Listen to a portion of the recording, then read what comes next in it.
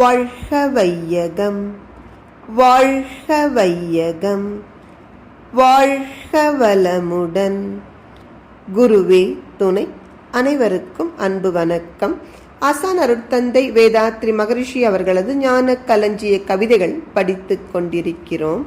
இன்று கவியன் 256. மனிதன் மனநிலையை கெடுக்கும் போர் என்பது தலைப்பு.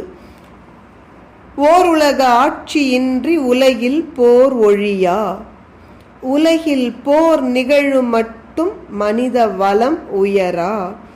பார் உலகில் போர் மூலம் பல வளமும் கெட்டால் பயன் என்ன? யாருக்கு போர் வேண்டும் உலகில்? போருக்கு ஆயுதங்கள் செய்வோர்கள், விற்போர் பொன் விளைப்பார் கோடி கோடி. மக்கள் வாழ்வு நச்சாம். நேருக்கு நேர் நலனை காட்ட வல்ல முறையில் நில உலகில் அமைதி காண நினைந்து நலம் செய்வீர். இந்த போரினால் எத்தனை துன்பங்கள்!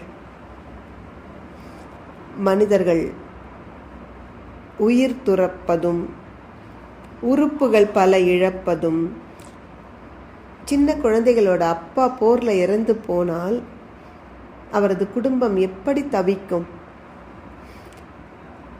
இப்படி எண்ணற்ற துன்பங்களை நாம் அனுபவிக்கிறோமே. இந்த போர் தேவைதானா? சிந்தித்தால் தேவையே இல்லை என்கிற ஒரு முடிவுக்கு வருவோம். அப்படி போர் நிகழக்கூடாது என்றால் ஓருலக ஆட்சி அவசியம். இந்த உலகில் போர் நடந்து கொண்டிருக்கும் வரையில் மனிதர்களது வளம் அழிந்து கொண்டே வரும். இயற்கை வளமும் போரினால் நாசம் அடைவதை பார்க்கிறோம். அப்படி இந்த பூமியில் போர் மூலம் பல வளங்களும் கெட்டுப்போனால் என்ன நன்மை? யாருக்குத்தான் இன்றைக்கு போர் உலகில் வேண்டும்? கொஞ்சம் சிந்தித்து பார்த்தால் ஒரு உண்மை நமக்கு புரிய வரும். இந்த ஆயுதங்கள் உற்பத்தி செய்பவர்கள், அதை விற்பனை செய்து அதன் மூலம் கோடி கோடியாக பணம் குவிப்பவர்கள், இவர்கள்தான் உலகில் போர் நிற்காமல் பார்த்து கொள்கிறார்கள். இந்த சிறுபான்மை மக்களால் பெரும்பான்மை மக்கள் வாழ்வு துன்பமயமாக நடக்கிறது. கொஞ்சம் சிந்திக்கும் ஆற்றல் உள்ள அனைவரும் இதை புரிந்து கொள்ள முடியும்.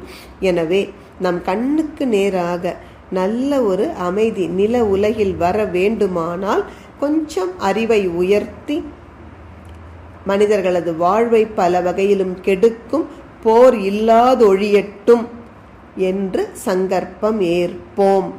நன்றி. வாழ்க வளமுடன்.